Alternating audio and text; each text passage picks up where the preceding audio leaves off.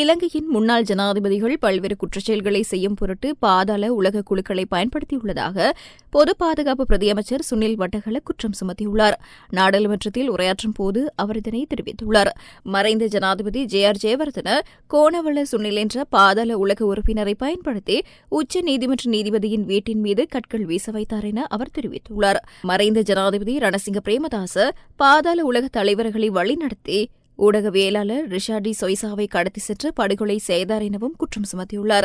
இலங்கையில் Richard D Soysa பற்றி ராணி திரைப்படம் வெளியிடப்பட உள்ளது எனவும் எதிர்க்கட்சித் தலைவர் சஜித் பிரேமதாச இந்த திரைப்படத்தை ரகசியமாக பார்வையிட்டு அவருடைய தந்தை ஜனாதிபதி பதவியில் இருந்தபோது என்ன நடந்தது என்பதை கண்டறியுமாறு கோருவதாக சுனில் வட்டகல தெரிவித்துள்ளார். முன்னாள் ஜனாதிபதி மஹிந்த ராஜபக்ஷ ஜூலம்பிட்டியே அமரை மற்றும் வம்புட்டா போன்ற பாதாள உலக உறுப்பினர்களுடன் தொடர்பு கொண்டிருந்தார் எனவும் அவர் குற்றம் சுமத்தியுள்ளார்.